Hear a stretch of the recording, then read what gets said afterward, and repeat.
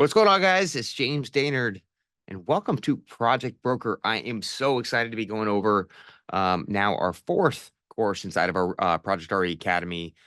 We have covered Project Fix and Flip, teaching people how to flip properties, Project Private Money Lending, how to lend money out and get passive income. We rolled out Project Wholesale, how to source off-market properties, work directly with sellers, and create that wholesale business. And this is one of our core cornerstones to all of our business, Project Broker. The reason I love this one the most is, well, I don't know if it's the most, but the reason this one is very, very close to my heart and I'm passionate about this is our broker business, Heaton Danner Real Estate, has helped us build the capital to become the investors that we are today. And I'm a huge proponent of multiple income streams in any type of business, whether you're a wholesaler, a broker, a flipper, buy and hold investors. By incorporating different services into your daily activities, you can create multiple income streams, and those income streams will help you grow for the future. And so we are going to dive into Project Broker. First thing, this is going to be our intro call where we're talking a little bit about the basics today, but it's important about how to get to know who your potential client is. I know for a lot of brokers that have signed up for this, we all have to do the same thing as brokers. We have to meet a client, identify what they want to buy, what their goals are, and we have to be able to customize our services to get what they want to get that transaction done. And working with investors, it's the same way. But you need to be prepared and have the right agreements so you can continue to scale this business. So tonight we are talking about getting started working with investors. This is our basics. We're going to go over some basic terms, basic principles to get you familiar with who these clients are. But for those who don't know me that well, I'm James Daynard. I've been an active real estate investor since 2006. I started my career as a wholesaler, banging doors, finding off-market opportunities, and then selling them to investors. In 2008, I started flipping, or 2007, I started flipping a lot of houses throughout 2007 and 2008 until the market crashed. And once that market crashed, I had to figure out a way to make more income because I was completely wiped out. I went from being one of the number one wholesalers in our state where our team was doing about 20 to 25 deals a month, just knocking doors. We started flipping homes and getting good at creating profit. But when that market crashed and everything changed, we lost all our money on our flips. Our wholesaling business went from doing 25 deals a month to 1 to 2, and the revenue really, really dropped. And this is where I also came up with this broker concept, like how do I create more income on the limited deals that I'm doing?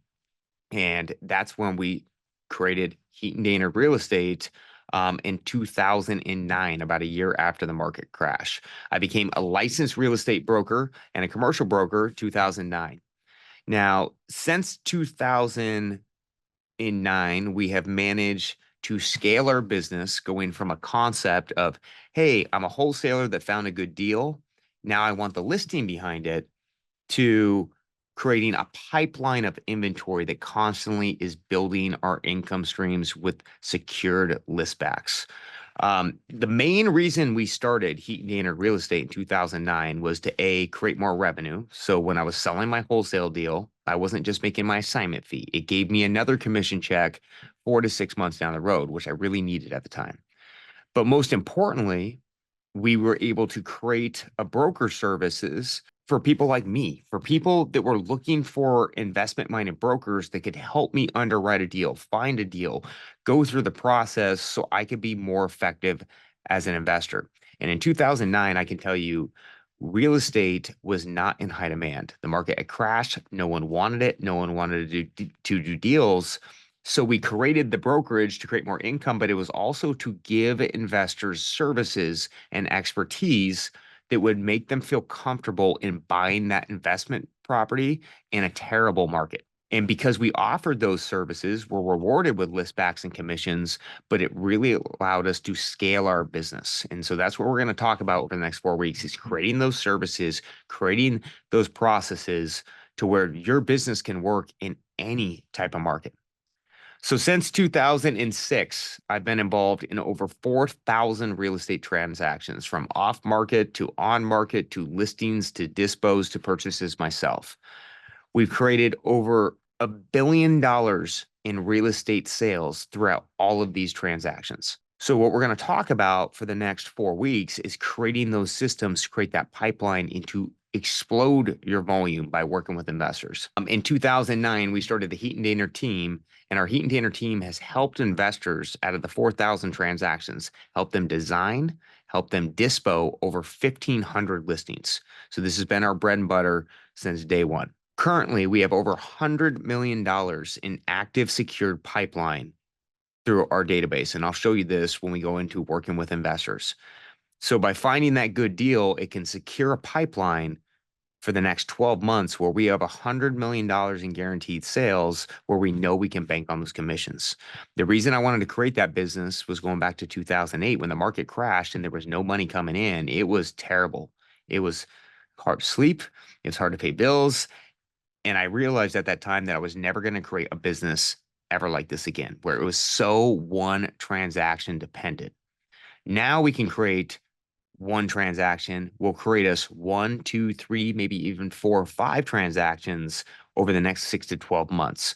And by creating that steady income stream, it will never have me in that situation that I was back in 2008 where just nothing was coming in. So over the past 12 years as a real estate broker, myself and my partner Will have developed over 500 homes in Washington State. So we are active investors. We know what we want to work with our typical broker. We're going to talk about that to help you land those clients. And also, for those who don't know, I'm a Bigger Pockets on the Market co-host. If you have not checked that out, make sure you check it out.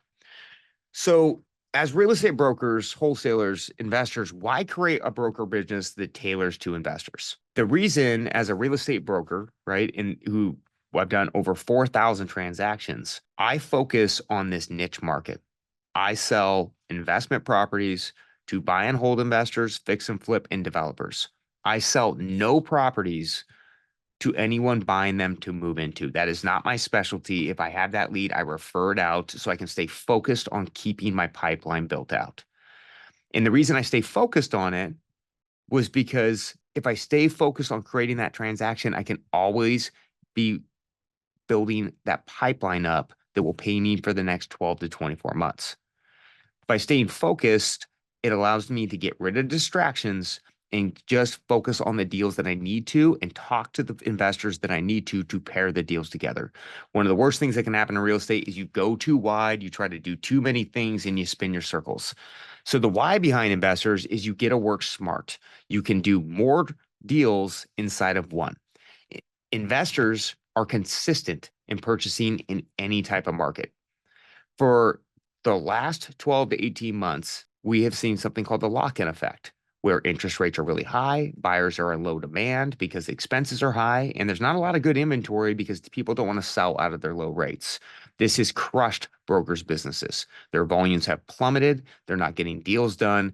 And sales volumes, I've seen some brokers fall as much as 75%, if not more, to zero, and they have to leave the market.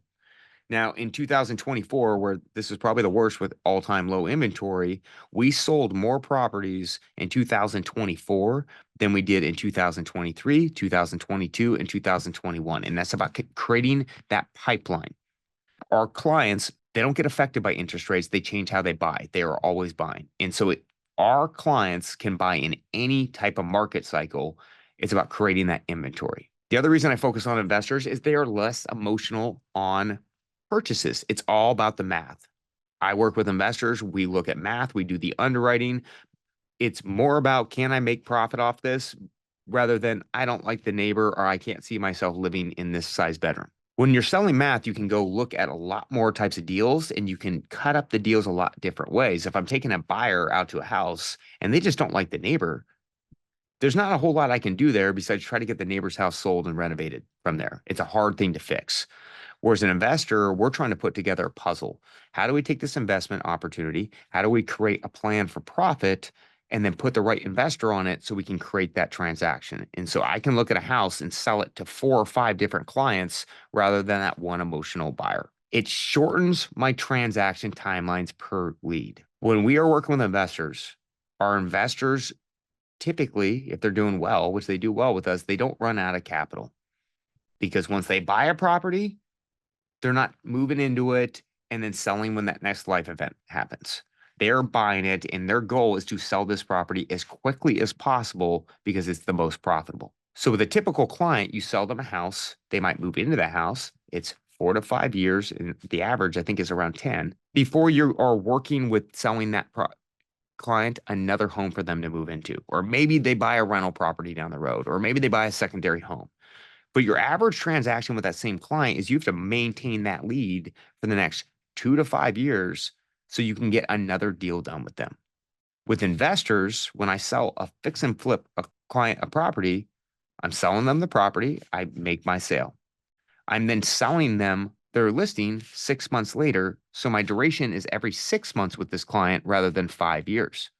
Once that property sells, we go buy another property, and then I have another listing. So I can do 4 transactions with one client, whereas with your client, it might be one every 5 years. It creates a pipeline for guaranteed business that I've talked about. Every time I sell a property, I know I have another sale in the next 6 to 18 months. I secure it with a list back. It's in my pipeline, and I can depend on that income coming through unless the investor decides to keep it or the wheels kind of come off, which is very, very rare. Every property I sell creates one or more transactions in the next 6 to 24 months. So even if I only sell 6 properties in a year, I know that those 6 are at least going to turn into 12 transactions because when they buy and they sell, that's 2. And if they're doing it in a short amount of time, I can make nearly 2 to 3 times the commissions by just selling them that flip property.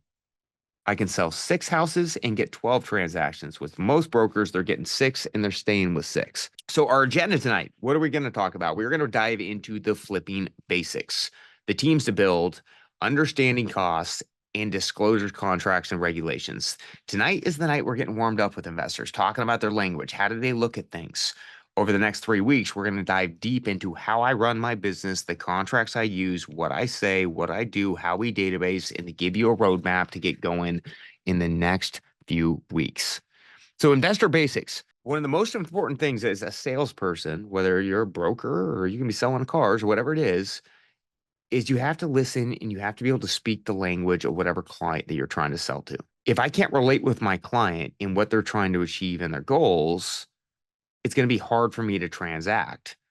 The more I understand about what they're trying to achieve and the why behind it makes me much more deadly as a salesperson because I can deliver them exactly what they want. So we're going to dive into how to speak the investor's language. When you're talking to investors, when you speak the same language, the communication is much simpler, it's much easier, and the clearer the communication, the more likely you are to transact with that person.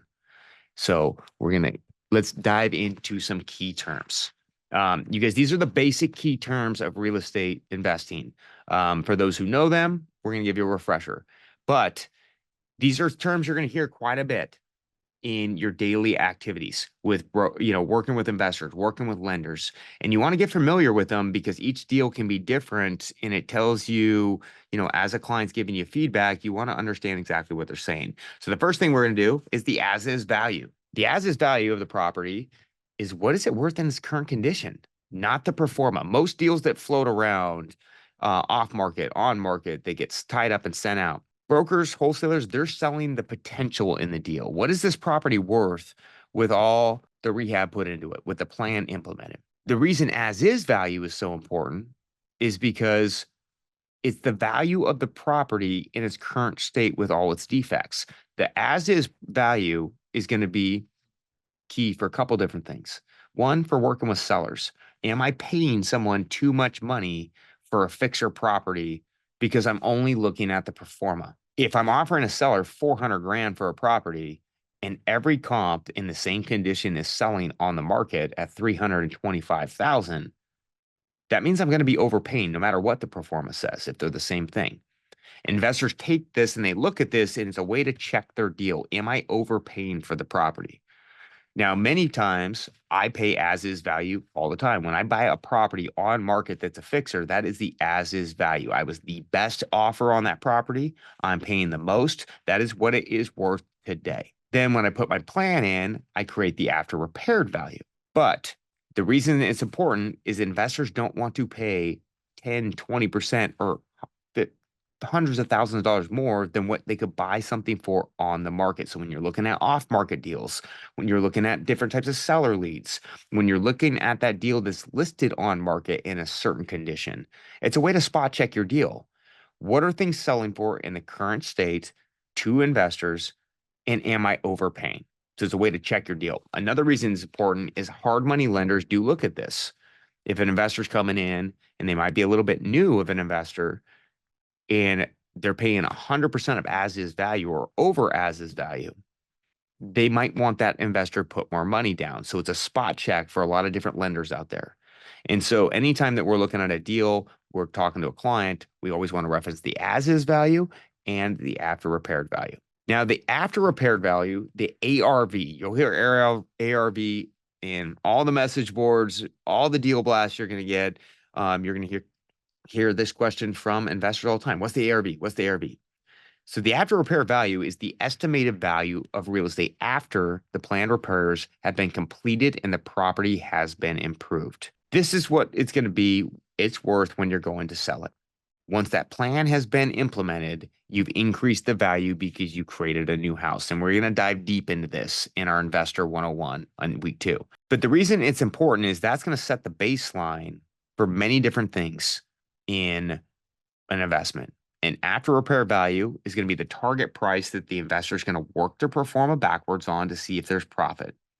The after repaired value on the comps too are also going to dictate an investor what they have to do to that property to increase it, because there can be numerous different after repaired values for a house. For example, if I have a 3-bedroom, 1-bath house that's dated, I can do the after repair value could be, let's say, 400 grand. I'm looking at buying this thing for 250. I'm going to put $50,000 into the cosmetic renovation, and the after repaired value is $399,950. And that's if I update the cabinets, the flooring, the doors, the trim, the windows, the roof. That is, I've completed a set list of repairs to get it to that value. Now, that same house could have an after repaired value of $450,000 if I do the same renovation, but I add a primary bathroom. And so the reason the after repaired value is so important is it sets the price, but it also tells you the scope of work.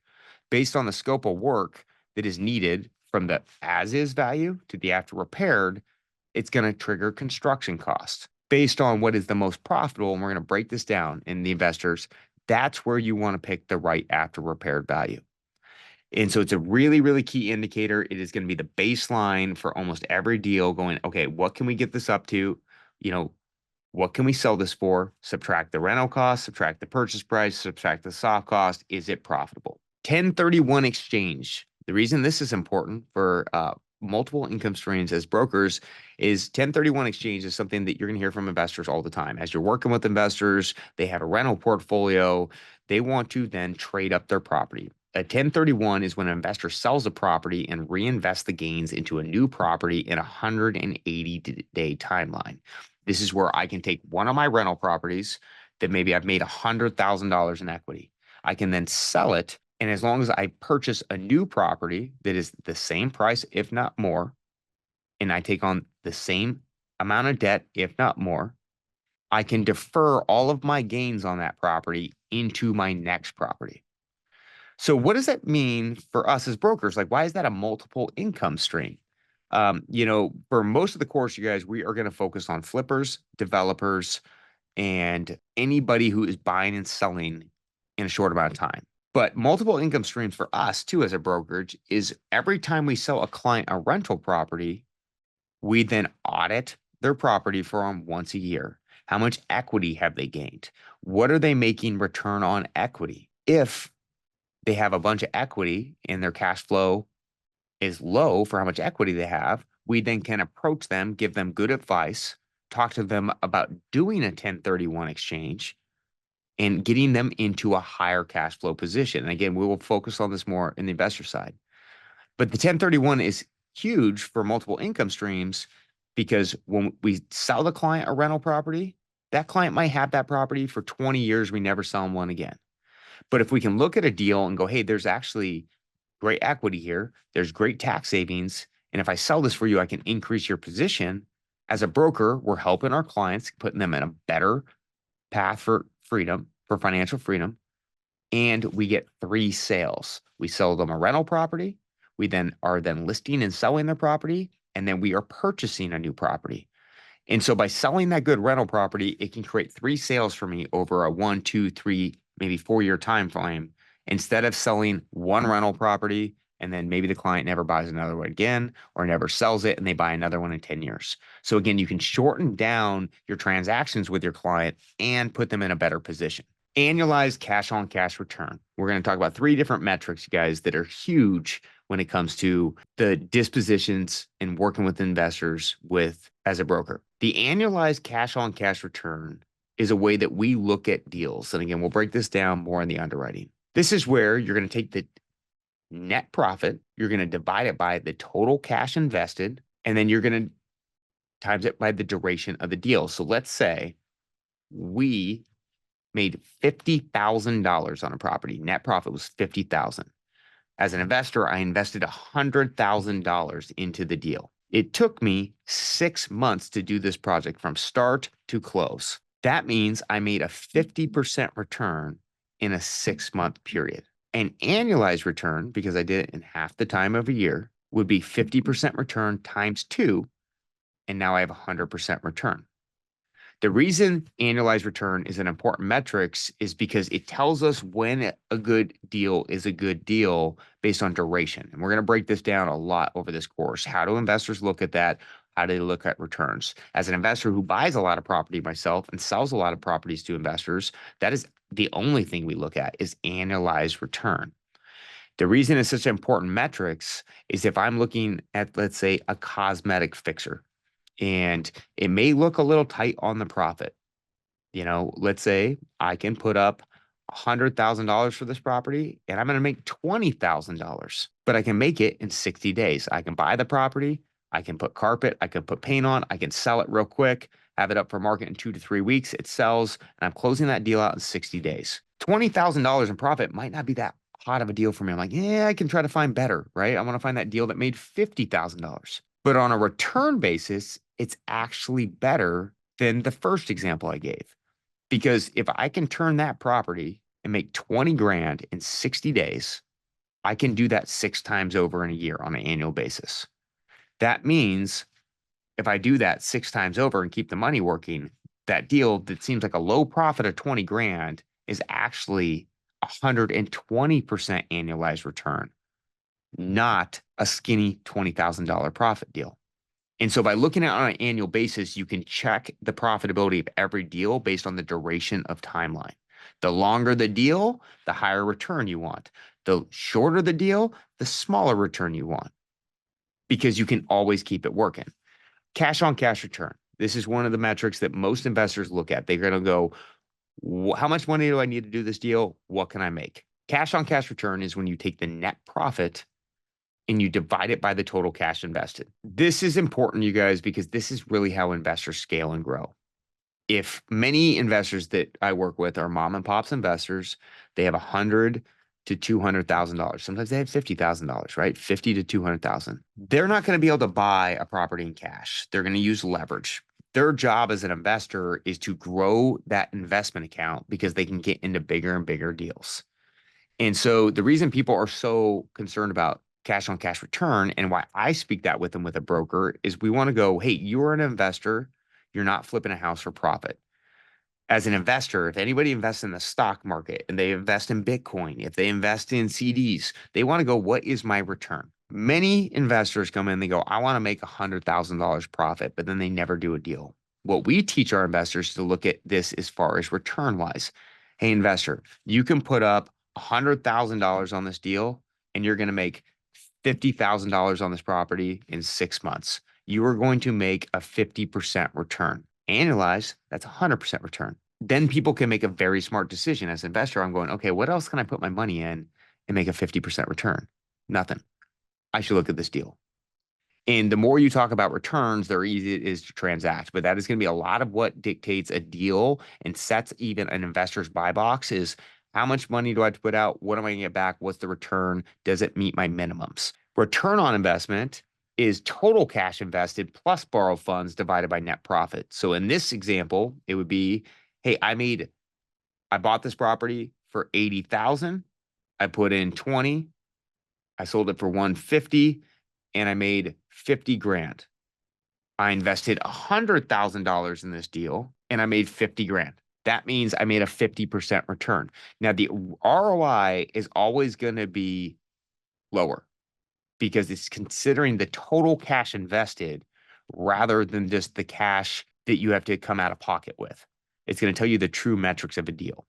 And so many times when we are looking at a deal, we don't know how our clients are going to leverage. We don't know what their down payments are going to be. And so we look at it on an ROI basis.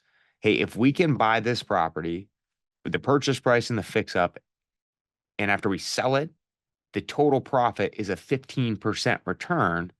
It allows me as a broker to look at this deal and go, okay, well, that works. Because even if they add in leverage, they're going to make a higher return and still have profit. And so it's a way to just look at a deal without knowing what the leverage is. Many investors will tell you that their buy box, they're like, I want to make 15 to 20% ROI on every deal. We don't have to know what their debt costs are, what their funding is, how much cash they have. It's just, this is what they want to make. And so when we're looking at a deal, we underwrite it on a cash basis rather than a leverage basis like we do on cash return. Other key terms that you're going to hear quite a bit, and you need to say this one because this is how you're going to get paid. List back. A list back is when a buyer of a property commits to relist the property when the property has been had the value added to it and they're going to sell. Just because you're a broker and you are selling a deal to an investor does not mean you're getting a list back. You need to secure that list back with proper paperwork, which is included in the course that you just purchased, the list back agreement. We will talk about that more when it talks about working with investors and building out systems. You guys, every agreement should have a secured agreement. You should have a secured contract. The list back is what ties you to that next deal. Verbal list backs, they're not binding. And so even though they can give you the agreement, you want to put it on paper. Many brokers or many investors to you guys will also ask you, hey, is this deal come with a list back? Because they want to factor for those costs or not. There's some properties that we have sold to investors where we don't take a list back. And the reason being that property is a little bit out of town. It's going to cost me more money to have my staff go out there. And so we give up the list back so then the investor can buy it and they can sell whoever they want. They can put in their own costs. And sometimes that investor is even more aggressive on buying the property because maybe they have a broker that does it for 1%. And so investors want to know this because they need to know what to put inside the pro forma. Do you have a list back? What is the fee? And they're looking at analyzing it down. Wholesaler. For the brokers out there that have not worked with too many wholesalers, you are in for a treat. No, you guys, a lot of great wholesalers out there. Wholesalers are people or companies that market directly to sellers and secure a contract and sell the rights to the contracts to investors. The reason wholesalers are so important to us as investors is they bring us in additional deal flow that we're not going to see on market. We have to understand how that wholesaler works and how their processes work, because when you're working on a wholesale contract, you're not buying a property, you're buying a contractor from an individual or entity.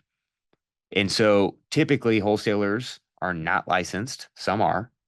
They're securing the contract and they are selling the contract, the commercial paper. They're not selling the property. As brokers, we network with them and we want to secure that deal, sell it to our client, but we need to make sure that we are navigating all the different, this is not a traditional sale where you're just writing an offer, they accept it, you sign a contract, you go back and forth. This is where they're delivering you a contract where the terms are already outlaid, they're already spelled out, and you have to constantly communicate with that person to make sure that that deal is what you're expecting it to be. An assignment agreement. This is what a wholesaler is going to use to sell that contract. This is the wholesaler has to work directly with the seller. They've secured the agreement. They then sell the agreement via assignment contract.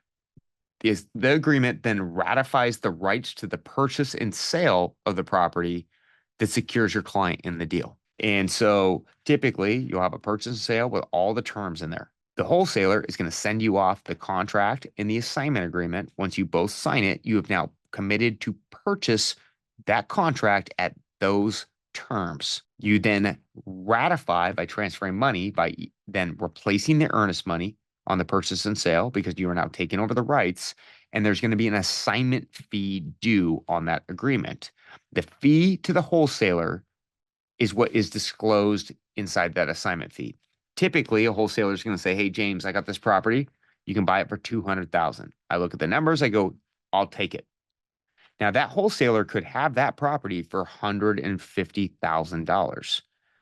I don't know what their assignment fee is, but when I get this assignment agreement that has all the assignment fees listed in it, it's going to state it. So it would say on the assignment agreement, the wholesaler X is assigning it to James Daynard, and the agreement is for $50,000.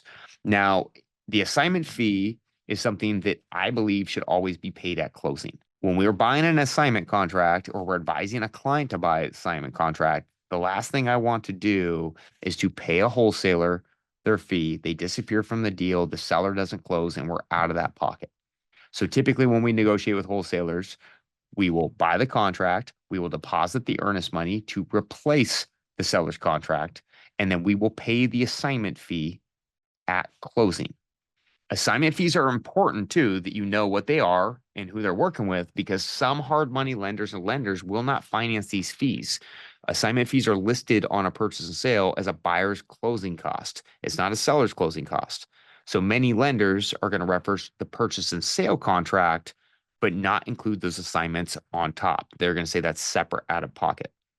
It's really important to know with those lenders what they'll finance and what they won't finance, because as an investor, if I have to come in, put 20% down on a property, let's say that $150,000 purchase, that means I'm going to put $30,000 down for that.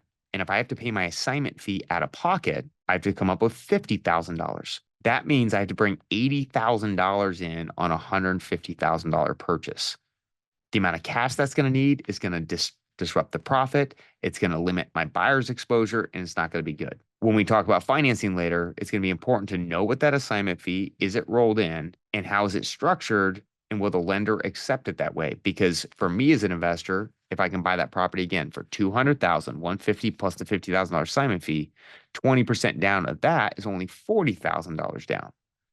And so it's important to know, how are the fees structured? How are they being charged? Are they on the HUD?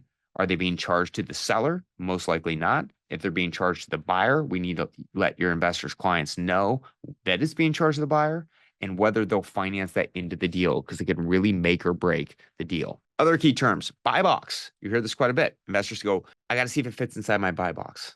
What the heck is a buy box? It's what the investor wants to buy. It's what they are targeted and looking for. This includes location, type of property, expected returns, conditions, deal breakers. For me, my buy box in Washington State is I buy in King, Snohomish, Pierce County. I can buy up to any budget. I will buy any condition, but I won't buy certain types of product. I don't buy mobile homes that are older than 1979. I don't buy properties that have environmental critical areas. I don't buy properties that have tenants in them that I don't know when I can get them out. By knowing a buy box on investor, it allows me to really narrow in and focus on what I need to get them. And so you're gonna hear that a lot. Well, I got to find something in my buy box. Well, how do you explore that? What's in your buy box, investor? Let's talk about that. And we'll go again into that when we're interviewing investors. Feasibility. Investor is going to ask you, "Hey, what kind of feasibility can I get on this?" The feasibility is an agreement on timeline a builder has to investigate the property. It's very similar to an inspection. It's just not as formal, right? When you're working with sellers and investors, many times when we're presenting an offer to a seller, we're saying, "Hey, we're buying it as is, whereas we're waiving an inspection, but we do need a 5-day feasibility to verify the title. We need to verify the lot size. We maybe have to do some soil testing. We need to verify our budget." So it gives us a time in our contract, or a time in your seller's and buyer's contract, that allows for the buyer to verify their information. This is important to allow your investors to do their due diligence on a property. And it's also important to offer your contracts in the right way to get it. So many times waiving my inspection, but getting a small feasibility makes a seller feel better than just putting in a small inspection. The 70% rule. You're going to hear this quite a bit. It's all over Bigger Pockets. It's all over the internet. It's kind of an outdated rule, but it's the rule of thumb. An investor may came to you and go, "Hey, look, I'm trying to buy a deal. And as long as it's in the 70% rule and it's in this location, I'll buy it." What they mean is that's a rule of thumb that states that a flipper's total purchase price and rehab costs should be no higher than 70% of the after repaired value. That means if I have a property that's worth $100,000 and the property needs $20,000 in fix up, I'm only going to pay $50,000 for that property. My purchase price and rehab needs to be below that 70% of the new appraised value. Now, I don't think it's a great rule of thumb because if you look at that scenario and we were buying that in Washington, okay, well, I buy it for 50, I put in 70, well, that's 70%. I then may have lending costs that are 5 to 7, or on that, it's going to be roughly about $8,000. I'm now into that property for 78,000. I'm then going to sell that property for 100,000. And if I have 10% sale costs with all commissions and closing costs, that leaves me at 90. I'm at 78. That gives me $12,000 in profit on that deal. It might be a little thin, but investors will bring this to you all the time. I want to be at 70% rule. Now, I always try to get them to buy more based on cash return, but it's a quick rule of thumb. It's also something that you can use to underwrite a property real quick. If I'm looking at something and I think it's worth 100 grand, he's roughly 20 grand in work for what I can see. It tells me what I should be at my offer price. If I got to be at 50 and the seller's at 75, not worth looking at the property. Subject to, this is a hot trend that brokers are dealing more and more with now. And you might see more of it, especially over 2026 and 27, especially for investors who want to buy rental properties. Right now, rates are really high. To get an interest rate, you're going to pay 7-8% in today's market for rentals.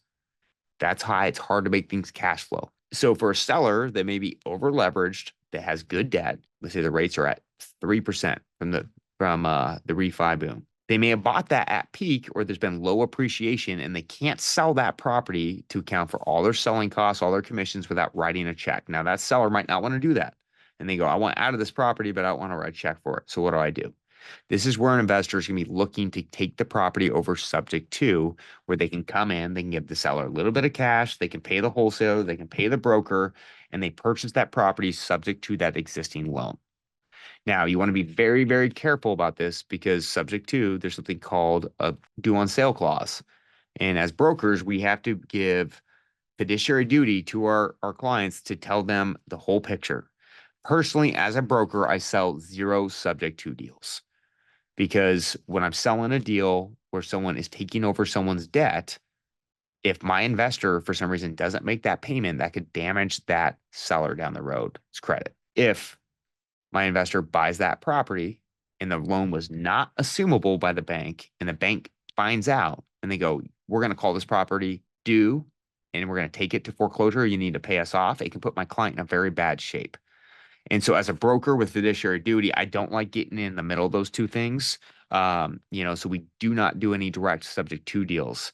Many brokers do. There's nothing wrong with it. But if you are going to do that, you want to consult with an attorney, you want to consult with a lawyer and make sure that your client and the seller all know what's going on. And I would run that transaction all the way through a legal firm and have very good disclosures and releases done. So investors' 4 biggest concerns.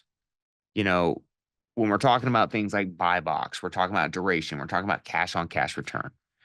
They all kind of lead into what our biggest concerns are, which is what's my capability? As an investor, what kind of properties do I know how to fix up? Not every investor is the same. I buy stuff in Seattle that most people don't want to buy. It's too beat up, it's too dilapidated, it's too much work. I would say 95% of my clients won't buy what I'll buy. So my capability is to buy big fixers. Some will be, hey, they're brand new investors or they don't want a lot of risk. They want to buy something that's carpet and paint. And so the first thing, a concern you want to address with the investor is what's their capabilities? What is in their buy box? The next is what is their profit that they're looking for or return? What is your expected return to make on every investment? The reason is a huge concern is for an investor, if I'm taking a lot of risk, which flipping is, I want to make sure that I'm making a high return to take on this high of a risk. And so those, again, come into that buy box. What is the profit? What is the return that they're trying to do? The duration of the deal is a huge concern for investors as you start talking to them, speaking their language. Hey, what kind of property are you looking for? What are you capable of fixing up? What kind of profit or return are you looking for? How long of a deal are you okay being? And For example, a builder, many builders I work with will build the site out. They're okay being in the deal the whole time. What they're not okay being in is buying that property before the permits are issued, because they can buy a property, they can build it, and they can sell it within a 9-month period. If they buy it before it's permitted, it can take another 9 months. So their minimum time that they're looking at is, hey, I want to be in this deal for 9 months. I won't buy it not permitted because it's 18 months, because they want to keep their money working. And then capital needed is the other concern that they're going to look at as they start building their buy box. How much cash do they need to get in the deal? How long is it going to be locked up for? What's the total profit? Am I capable of doing this? And as we start to talk investors' languages, again, the most important thing is to listen and to really understand what they're trying to achieve. Again, not every investor is the same. Most of us are completely different. We'll buy different types of things. As we start going through the terms that we went over, what is your expected annualized return? What areas do you want to buy in? What is in your buy box? That's how we break down their concerns and start making sales with our investor clients. So now that we covered the key terms, we're going to jump into teams. What kind of teams do you need to build? And you guys, we're going to dive deep into a lot of this over the next couple of weeks. But this is my core team that I have working with Heaton Daynard. We do on average 200 to 300 transactions a year. As a broker, there's no way I can do that. I might be able to do a couple hundred deals a year on my own if I'm just selling them off, finding a deal and selling them, finding a deal and selling them.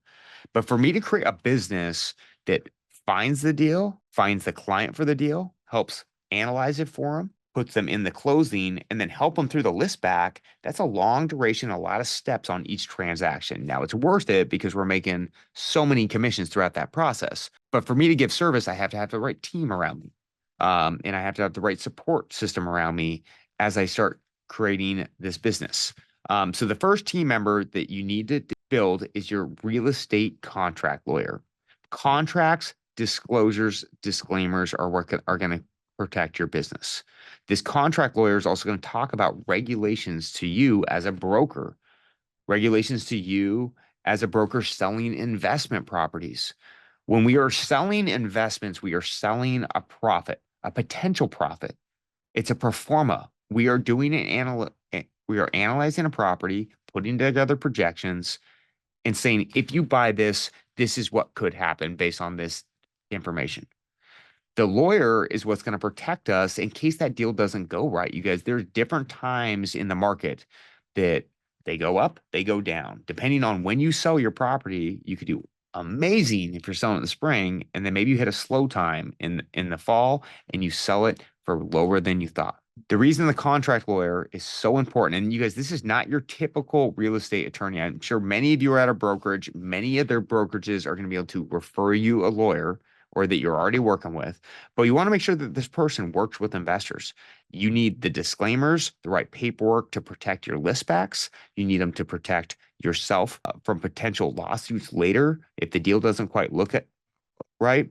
As you work directly with sellers and start creating more deal flow, as you work with wholesalers and you're working with different contracts, there's a lot of different legal paperwork that's going around and there's a lot of money moving. And so you want the right attorney on there.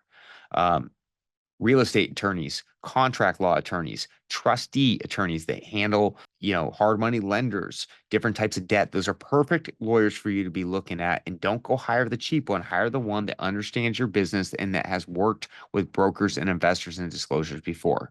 Now, in our success and our toolkit, you have a copy of my disclaimers, my disclosures, my list back agreement, and everything that we use to protect ourselves. Now, that has been designed by a Washington state attorney. Take that agreement, take that paperwork, bring it to your local attorney and have it modified for your own laws. To build your business, you need a brokerage that's going to support investment-minded agents. For everyone that's listening and watching right now, there is hundreds of real estate brokerages out there. Many of them are amazing, especially for retail, and some are not. You want to talk to your managing broker and your designated broker and talk to them about building this business. I'm finding properties for investors, doing projections.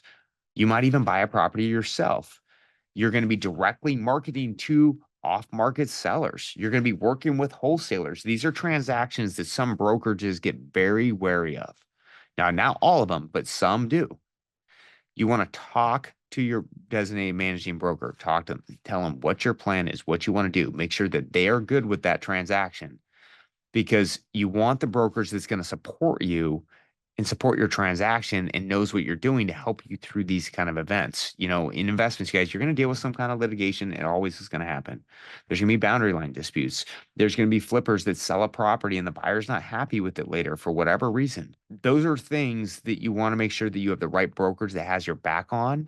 If they're not well versed on it, you might want to explore a different brokerage that does have that position. Like if I have a broker in my office and someone bought their flip property and they're making a claim later, even though they did their inspection, the investor pulled all the permits, they did it right, but they're just not happy. As a managing broker, I can jump on the phone with that other broker, their managing broker, and really walk them through the legal ramifications, what the contract states, what the position is, what the laws are, and to try to hash out that issue right there on the phone rather than it going down the road. And so making sure you have the right brokerage is important. Again, just talk to your designated broker, talk to your managing broker. It doesn't matter what brand it is. It's about the team that you have around you. A title and escrow team, you guys, investors get discounts. Investors want to save money. There is tons of escrow and title teams. They're great, but there's a special group of, title officers, title teams that know really how to work with investors. The first thing is you want to have one that gives investor pricing. When I sell a property to an investor, when we go do the listing, Fidelity National Title, who does all of my listings, they do it for a flat fee of $300 escrow, or maybe even $250. This saves money to my client, which puts more profit in the deal. More profit in the deal means it's a little bit bigger. It's easier for me to sell that deal or to work with the seller on. So by having the right title team, it can save you money, put more money back in the deal, and make you more competitive on it. Additionally, your title and escrow team, you guys, there is a big, big difference between your normal title officer and one that work with investors and builders. My title officer works specialty with investors. I can talk to them about getting seller lists. I can get builders lists. They know about zoning codes. They know who the prospects are. They have them already database because that's their specialty, and they can provide me with these data lists. So look at your current escrow officer, your current title officer. Do they work with investors on the regular? If they don't, you want to explore a different one. Target the investors, target the title team and escrow teams that specialize working with new construction listing brokers, with flippers. Go meet with them, because not only are they going to give you a discount, they're going to oftentimes have a lot more resources for you as a broker. My title officer has referred me all sorts of different clients. Now, he doesn't give me the client, but he introduces me to big investment companies.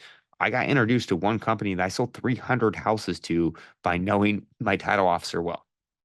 He didn't give me the business. I had to go land it, but he made the introduction. And so by having that person, they can increase your business, increase your lead flow, save you on your direct marketing, and save your clients money.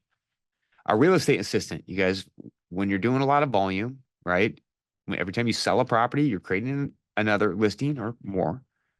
All of a sudden, your daily duties and the amount of deals you're selling are going to 2x and 3x. That's 3 times more paperwork. That's 3 times more transaction. That's 3 times more people you have to talk to. Having a dependable assistant is going to be key. Doing job site walks for you, dropping off lock boxes, taking photos, doing your listing paperwork so you can focus on your investors and focusing on transacting. And then you have to have a transaction coordinator that is phenomenal. I truly do believe I have one of the best in the state. She's also very well paid, but she keeps up with all of our volume. She checks all my purchases and sales.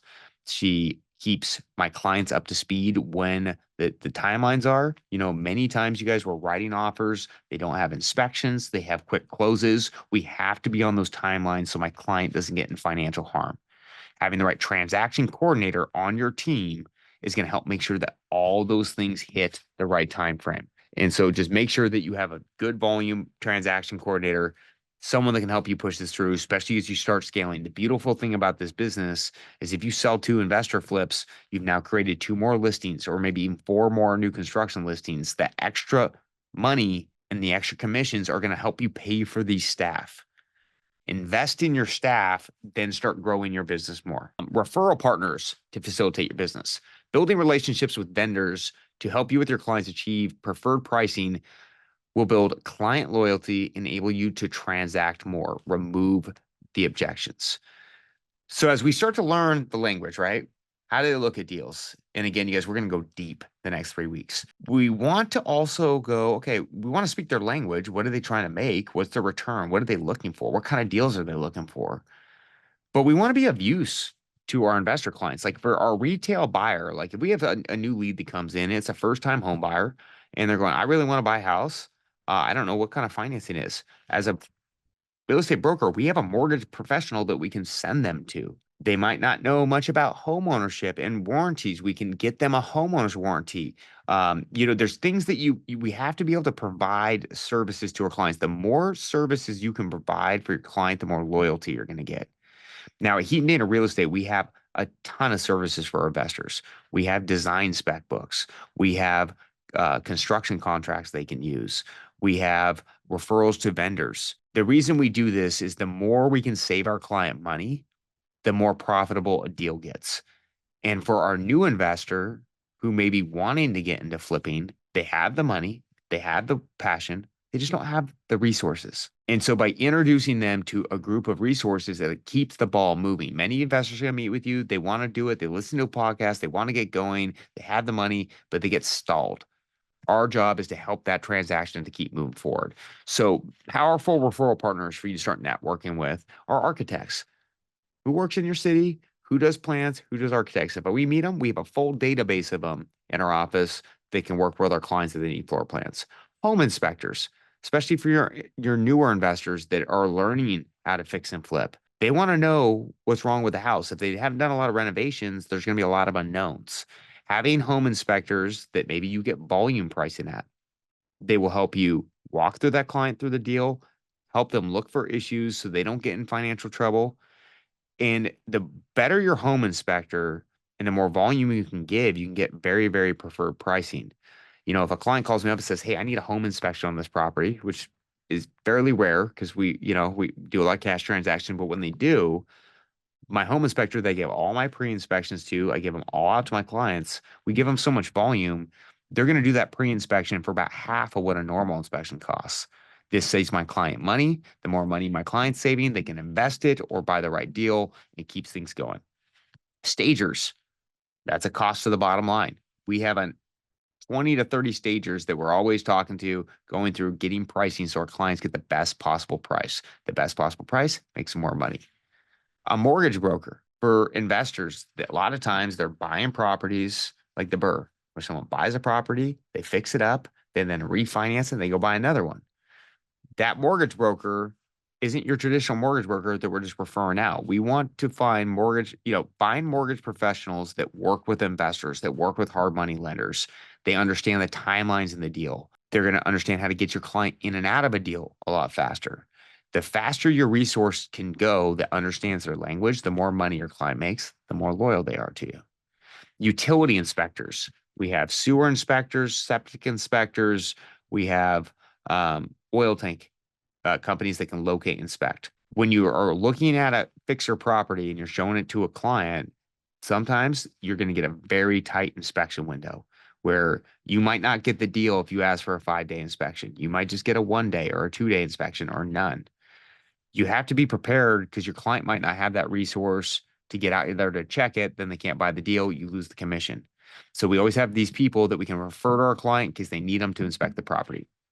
Hard money lenders. The more lenders you know as a broker, the better, but try to find your loyal ones, or the ones that are most dependable that work with you on your business. Capital is key for building wealth in real estate. When you have investors and you can offer them different types of capital that they may not have, they might be able to buy different types of deals, or they might be able to get into a deal. If I have a client that comes in and they only have 100 grand, if they have 100 grand and they want to flip a property, they don't have any hard money lenders. Well, I can't sell them anything in Washington for 100 grand. I can sell them something for 700, which the 100 grand will work with a hard money lender. But unless I pair those together, the client's not going to be able to buy. Lenders also have different rates and points and fees and services.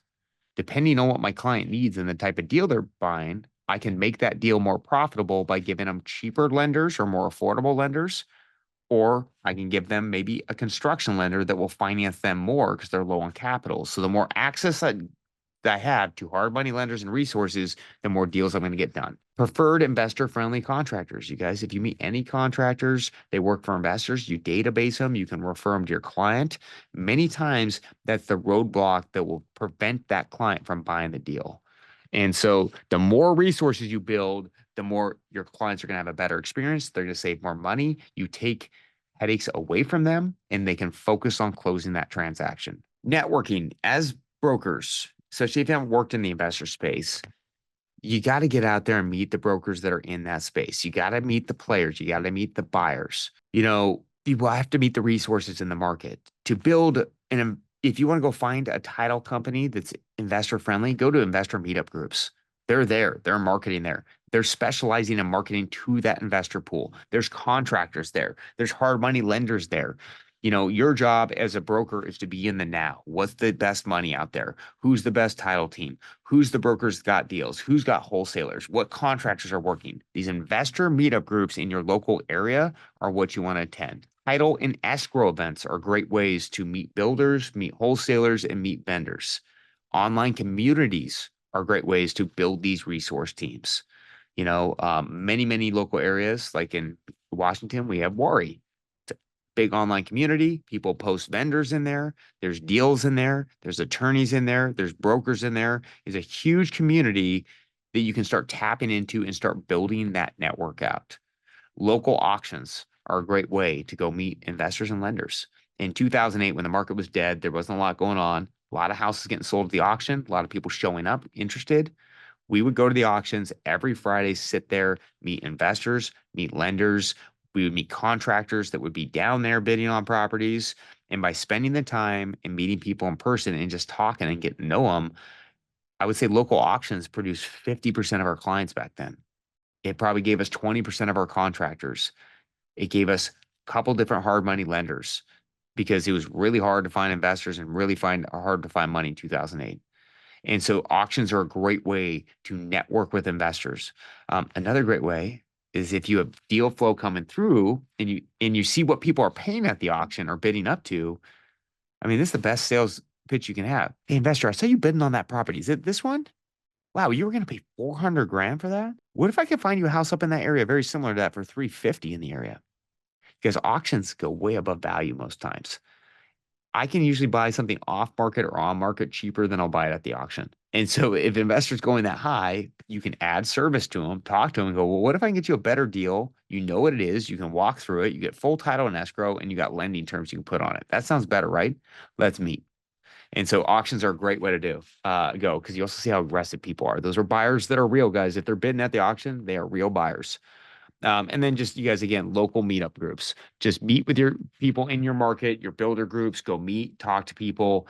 That's going to give you these resources. Again, the more things that you can do to assist an investor and offer them savings, offer them help, offer them to push them through down the road, the more transactions you will do. Recently we've had a lot of clients that are flippers wanting to get into dadu investing, where they're buying a house, they're flipping the house, and then putting a unit in the back and selling it separate or keep it as a rental. Great flippers, not builders.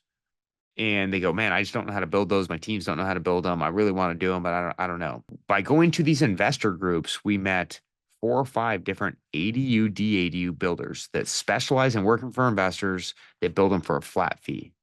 By giving my flipper client that builder and introducing them, they seem to like each other. They start doing business. My flipper client just went from buying a house, fixing it and selling it to now buying a more expensive property, fixing up and selling it, one deal, and selling the back unit.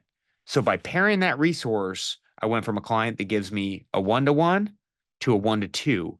And I just made 30 to 40% more on each deal. And my client is taken care of. So resources, you guys, are key. They'll help you kind of grow and scale that business. Business functions that you need for your business. And you guys, we're going to break this again down in week 4. We're going to go over CRMs, sales scripts, databasing, organization. But general business functions that you're going to need to get going, data providers, third-party companies that are going to provide simple information and pull data for you. They're going to give you investors in the area, builders in the area, types of sellers that you can directly market to. They can pull comps. They can show you past flip transactions.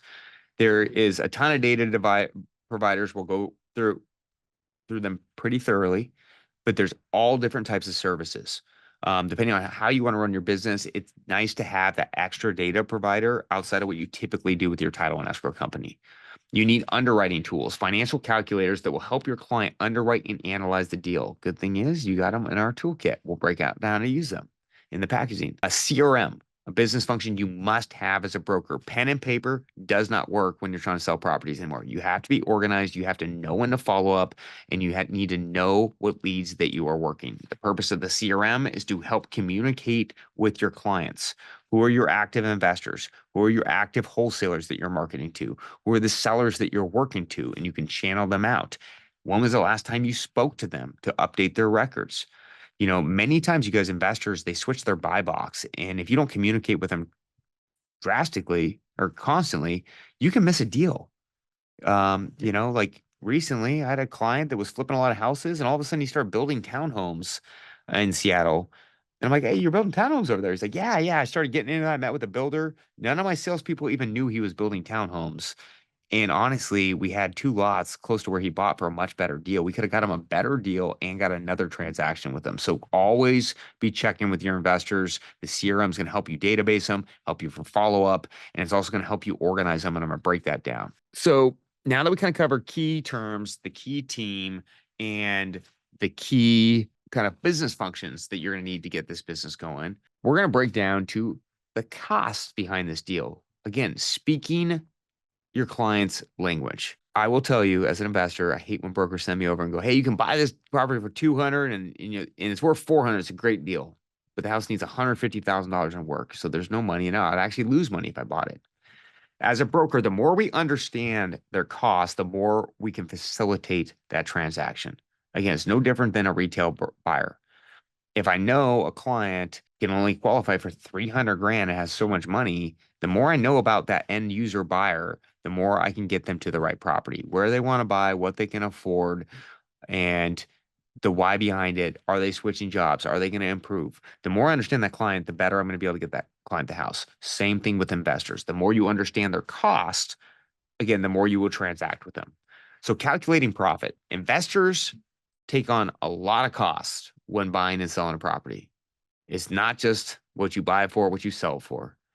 It's fundamentally important that we understand what affects the profit. So to break down your typical profit and deal for a fix and flip client or developer, it starts with the sale price. What are you selling the property for? I fixed it up. I sold it. What you then subtract the purchase price for the property. That's a given. I'm selling it for 400 and I bought it for 200. There's 200 grand. You then have to also subtract the rehab costs. That's usually something people kind of always understand. Like, okay, and I had to put $50,000 in that property to get there. So now we bought it for 200. We're into 250. But then there's the other cost, you guys, which are all oftentimes they can be even higher than the actual renovation cost. That's a huge mistake people make all the time. Like, oh, they bought it for this, they put this in, they sold for this, they made so much money. But the other costs are what really can kill a deal. Your holding costs. That's going to be your lending costs, your property taxes, your property insurance, the soft costs, the utilities, anything it costs to hold that property throughout the duration of the deal.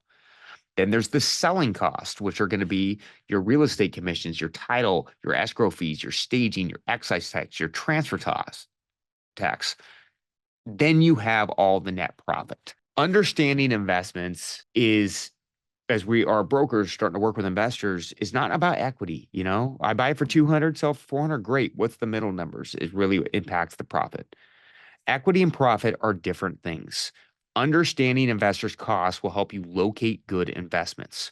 The last thing you want to do is send a bunch of bad deals out to investors for them to start ignoring you. No one wants a shit deal sent to them on repeat. So by understanding the cost, it tells you what to send out and what not to send out and protect your brand and you as a person. Leverage and soft costs can be higher than the rehab costs. And the more clear your projections, the quicker your client will make a decision. And we're going to cover this again in packaging.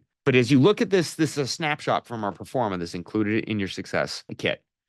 You can see that this investor paid $920,000 at that purchase price. They sold it for $1.45 million, and their net profit is $103,000. In the scenario, the rehab costs are $200,000. That's a big rehab to improve it. But once you go down and you start to look at your other direct costs, the purchase price and the rehab are $1.2 million. There's another $110,000, nearly 60% of the construction costs that are interest payments, taxes, insurance, and utilities. And then once you factor in the selling costs of the commissions, excise tax, and other closing costs, that's another $114,000.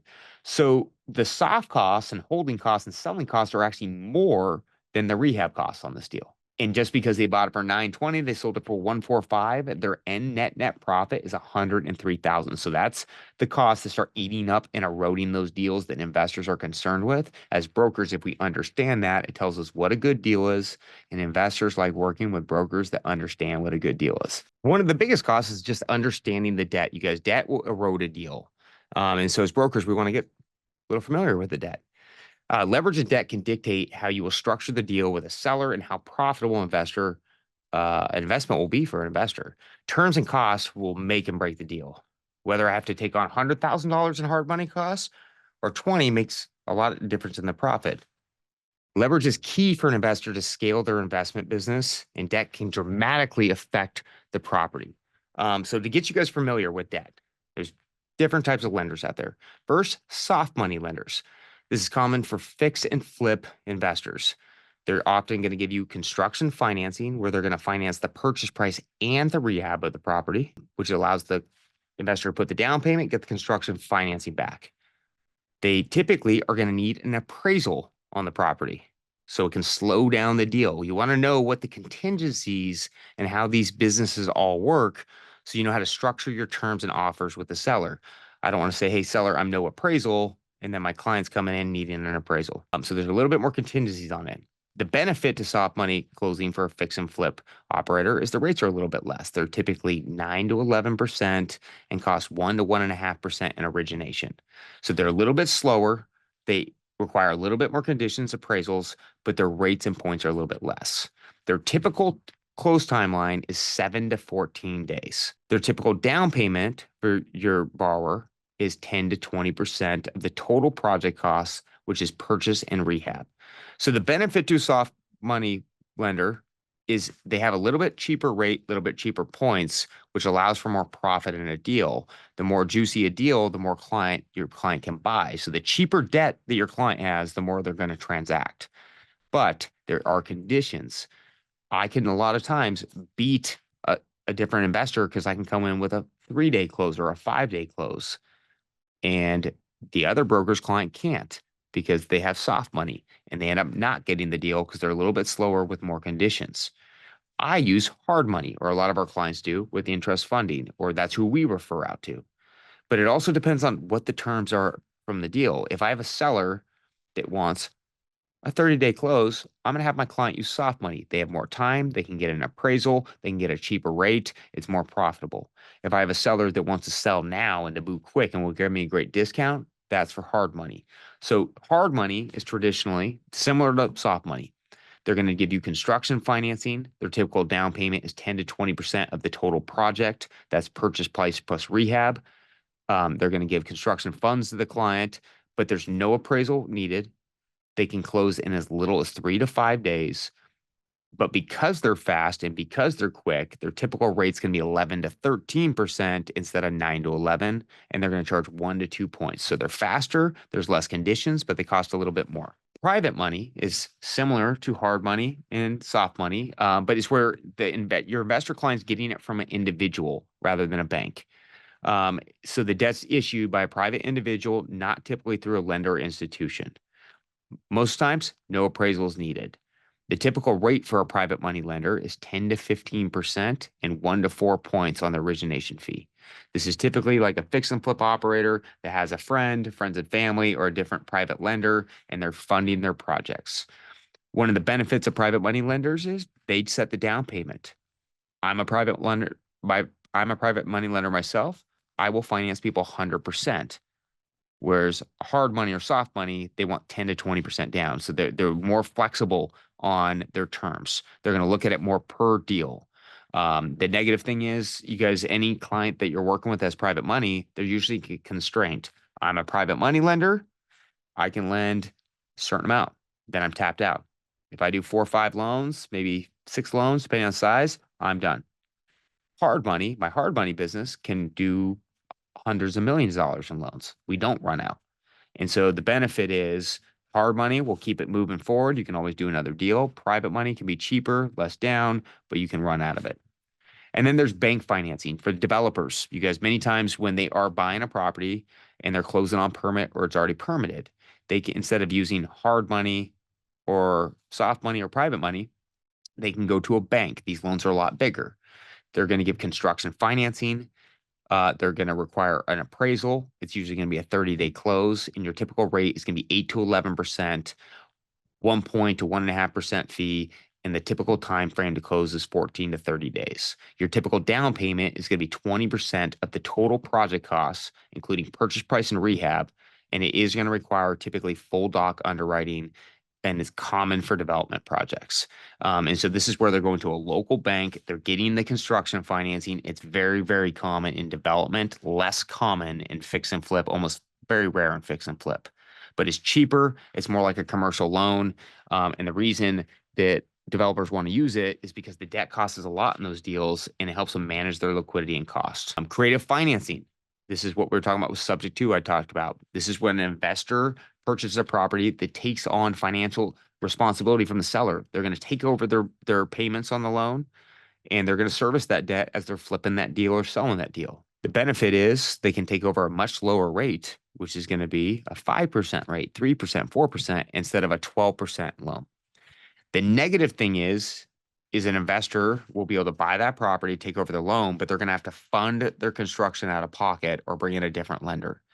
And so it's great to reduce costs, but it can also mean more cash in the deal. And then there's the FHA rehab loan, which is your live-in flip financing. Someone that wants to buy a property, live in it for 2 years, renovate it, and then sell it for profit and go move on to the next. The great thing about FHA rehab loans is they're much lower down. You're 5% down. You can get construction financing rolled into the loan, but there is a lot of requirements. There's a lot of hoops to jump through. It's not great for quick sales and fast closes. I can tell you, I would say 99% of the deals that I buy, there's no way an FHA rehab loan is going down.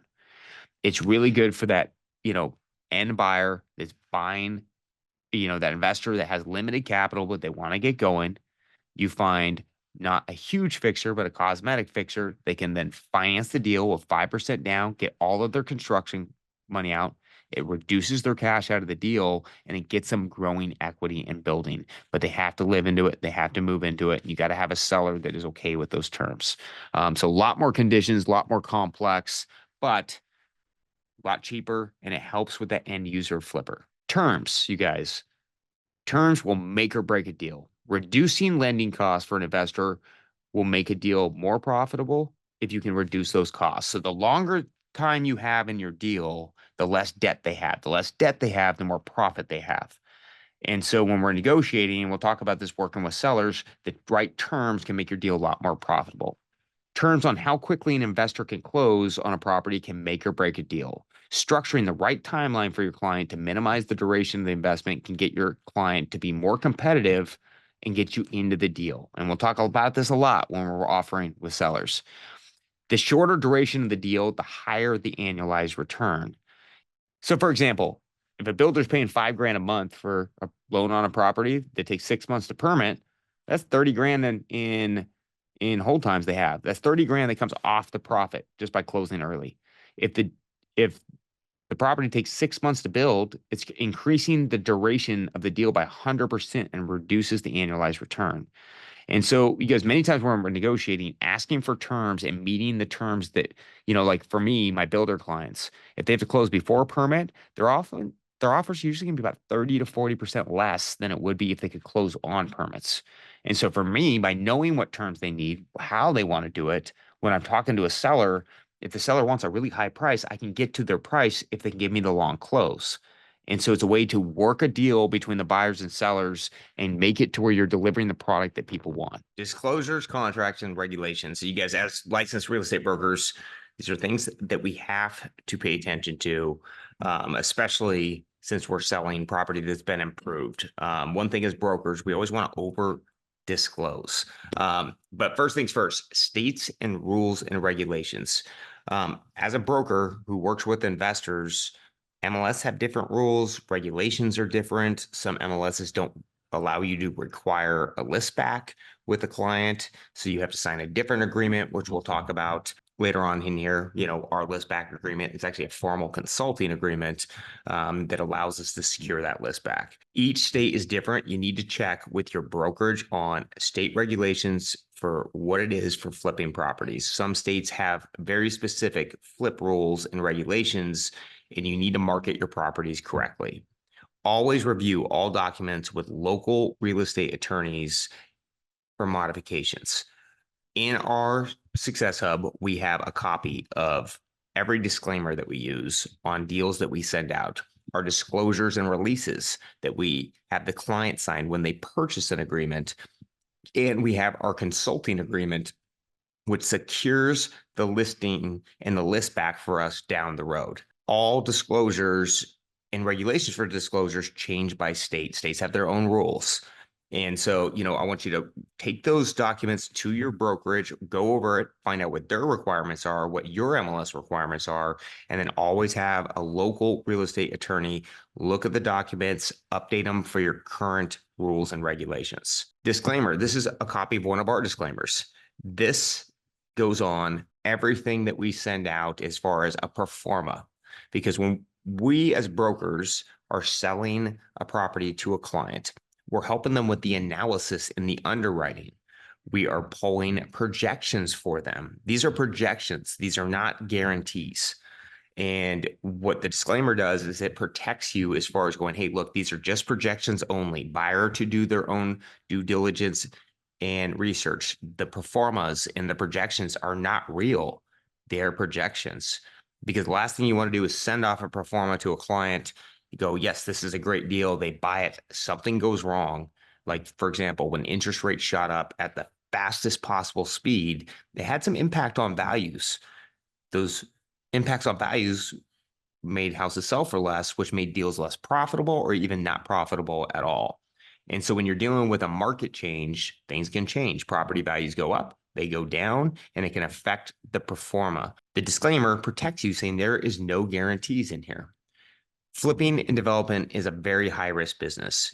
If flippers are looking at making 35, 40% returns on their investment, that means there's a lot of risk in the deal. The higher the reward, the higher the risk. This pro forma or this disclaimer will help protect you. But again, take it to your attorney, have it updated, and then implement that. All projections should have disclaimers. All disclosures change per state. You hear me say this on repeat because you guys, we have to make sure that we're protecting our business. The last thing we want to do is get ourselves in litigation. We have, in the 20 years that we've been doing this, I've never had an investor come back and try to sue me for falsely misrepresenting a property or performance.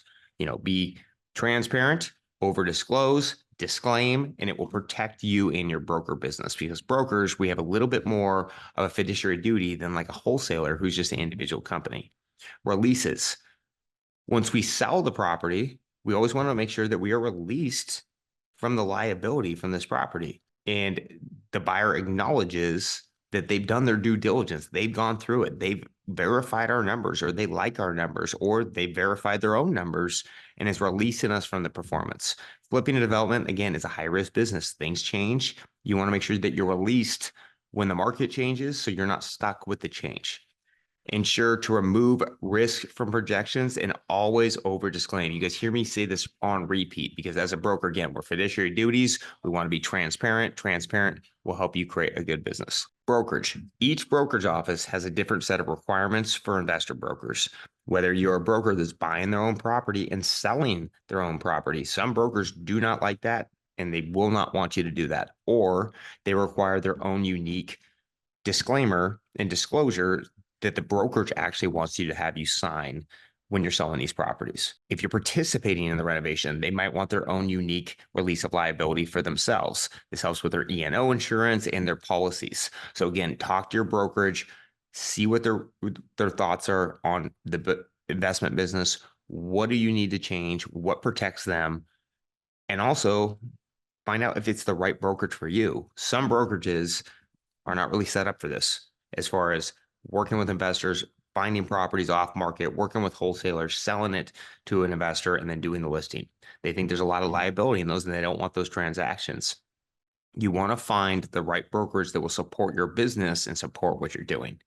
Check with your brokerage on what disclosures they want to include and what they expect out of you so you can have a nice, clean business. And remember, always, always, always over disclose. It is essential that you disclose everything that you know about the property. So now that we have a crash course on what we're going to be doing with working with investors over the next 3 weeks, we're going to be digging into the core 3.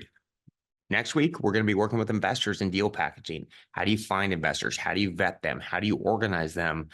And then how do you deliver them the deal in the right way so they can have a clear picture and make a decision very quickly? Then we're going to be going over property sourcing and deal flow. How do you find more deals on the MLS, working with wholesalers, broker networking, and direct to seller? How do you find those deals? How do you database them? How do you follow up on them correctly so you can pair that deal with the right investor? And then lastly, we're going to be going over business infrastructure and processes.